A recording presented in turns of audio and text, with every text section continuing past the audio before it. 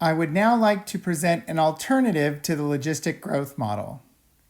Initially, we formulated the logistic growth model as an alternative to the exponential growth model so that we could limit the population growth by limiting the amount of resources to that population.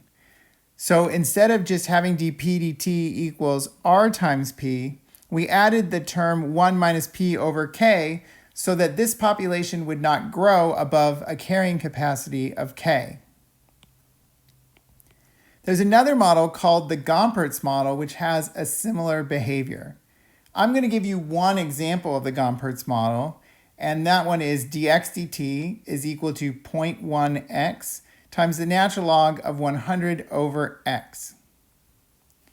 Now, this could be written alternatively as negative 0.1x times the natural log of x over 100.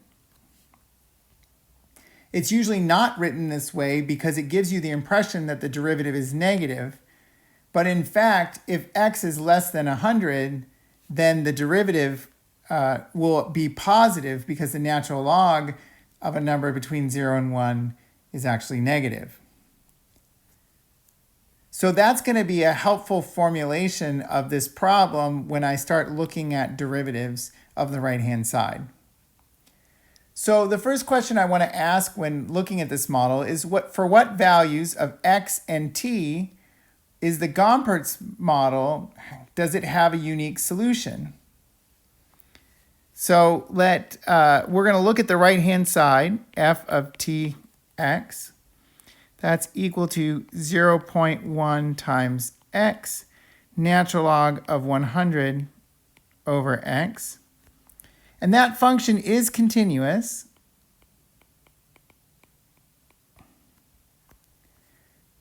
For all time, because there's not a particular t value that's explicitly in that derivative that makes it not continuous, but also for x bigger than 0 because the argument of the natural log needs to be bigger than 0. Now I want to look at the derivative of f with respect to x. And when I do that, let's go ahead and change this to the other form so it's easier to take the derivative. So we're going to look at it as x over 100, in which case it's negative 0.1 times x. So the derivative using the product rule is going to be negative 0.1, the natural log of x over 100. And that's taking the derivative of x and leaving the natural log alone, minus 0.1x times the derivative of the natural log, which is 1 over x over 100 times 100. And so we can see that the 100s cancel and the x's cancel. And so we just get that this is equal to negative 0.1 natural log of x over 100 minus 0.1. So that's going to be continuous for all t. And for x bigger than 0, because the argument of the natural log needs to be bigger than 0. Okay, so for what values of x and t does the Gompertz model have a unique solution? Okay, so we have a unique solution for all time and for x bigger than 0. So you would say maybe there exists a unique solution. Okay. So now that we have existence and uniqueness, let's move on to some other features of this model that we can describe before actually solving the model. So the next thing we can look at is, what about equilibrium solutions? Okay, we want to find and classify all equilibrium solutions. So we're going to take this function, that's the right-hand side, which is 0.1 times x times the natural log of 100 over x. And we're going to set it equal to 0. And we're going to ask ourselves, when is that 0? Well, it's 0 for x equals 100 because the natural log of 1 is 0. Now you might want to say to yourself that it's also 0 when x equals 0, but that's not quite the case because, again, this does not exist when x equals 0. So there is one equilibrium solution, and that's x equals 100. Now, is that equilibrium solution stable or unstable? Well, we can look at the derivative at x equals 100 and see what the value is. So that's going to be negative 0.1 times the natural log of 100 over 100 minus 0.1. The natural log of 1 is, of course, 0. And so this is actually just equal to negative 0.1, which is less than 0. And so that tells me that my equilibrium, x equals 100, is asymptotically stable.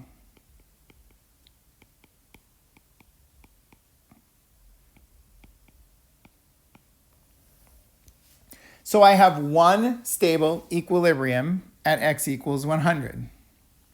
So let's see if we can sketch solutions. Well, the first thing I want to point out is that this differential equation does not have a solution at x equals 0. So what I'm going to do is I'm going to kind of mark this out with x's to remind myself that the solution does not exist there. In fact, it does not exist below the t-axis at all. Okay, so there's an equilibrium solution at 100. And we know that that solution is stable. So that makes me think that solutions above it will approach it. And solutions below it will also approach the equilibrium. And so my sketch of the solutions to the Gompertz model looks like my sketch of solutions to the logistic growth model, except for one key feature, that 0 cannot be a solution. So there's no solutions at 0. There's no equilibrium at 0 like there is in the logistic growth model.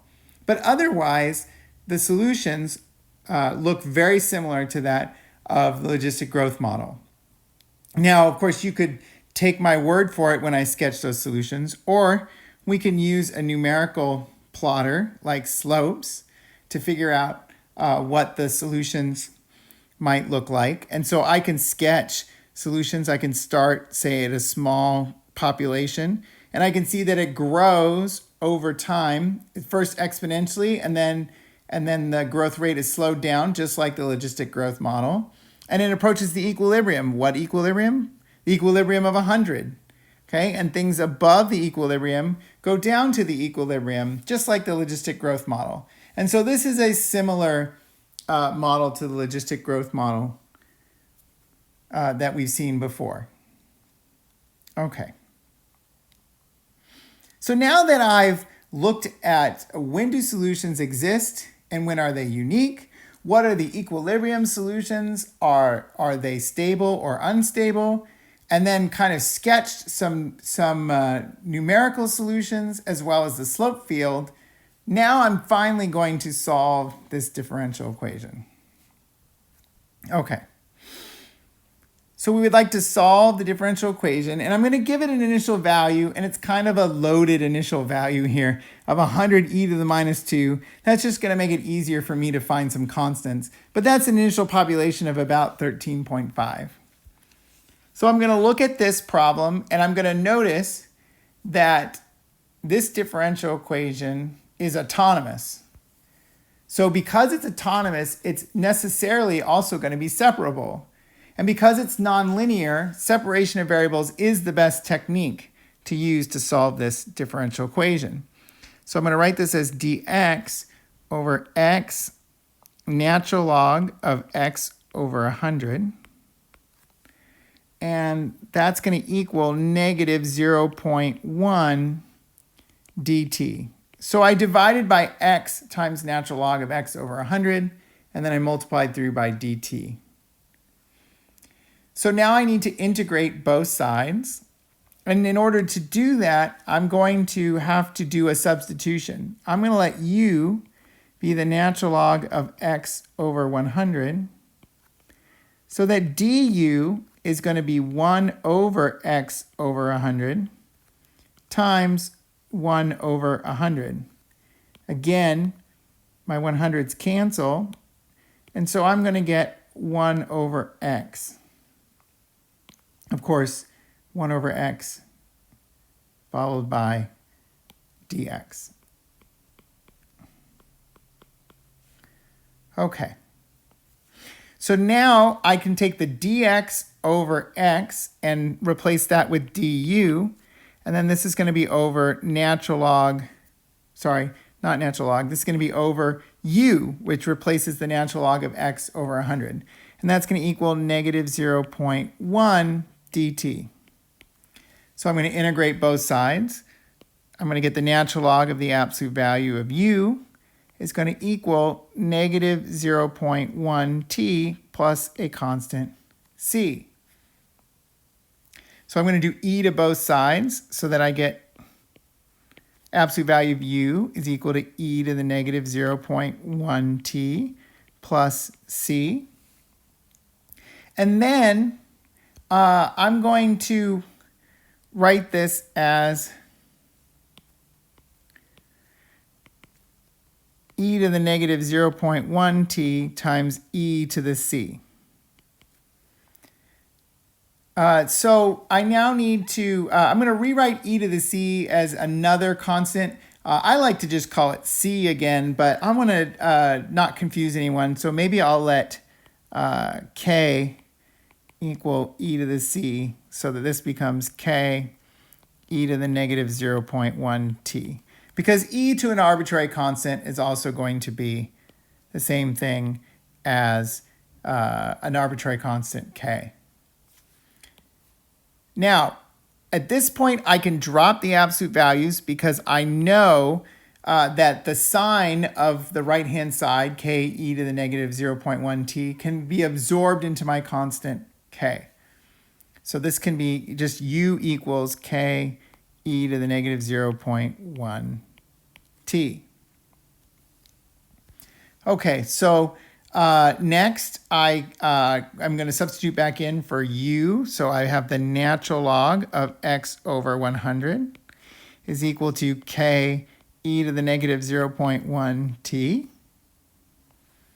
And then I'm going to get that x over 100 is equal to, now I'm basically exponentiating both sides, so I'm going to get e to the k e to the negative 0.1 t. So finally, I have that x of t is equal to 100 e to the k e to the negative 0.1 t. And that is essentially what's called a Gompertz function. Okay, that's a very strange looking function. It's 100 e to the k times another e to something. But nonetheless, it does have the properties that we're going to want it to have. But let's go ahead and apply the initial condition so we can figure out what k is. So x of 0 is supposed to be 100 e to the k if I just plug in 0. But that's the same thing as 100 e to the minus 2, because that's what I gave as my initial condition. You can see why I did that, so that k would just be minus 2.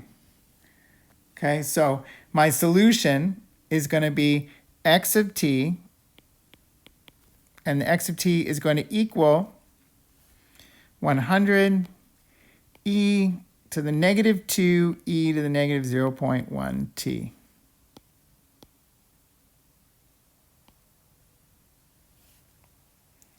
Fantastic. Now this actually has the same properties or similar properties to the logistic function that we found. In particular, what is the limit as t goes to infinity of x of t? Well, if we think about it, that is going to be the limit as t goes to infinity on the inside of this exponential. And that exponential, e to the minus 0.1t, as t goes to infinity, is going to go to 0. So in fact, this limit is going to be 100 e to the 0, or just 100. And so you can see that the solution approaches the equilibrium, that carrying capacity of 100. So you could actually plot this function, and you'll see that it matches the graphs of the functions that we plot, the solutions that we plotted in slopes. So this is just another model that has similar properties to the logistic growth model.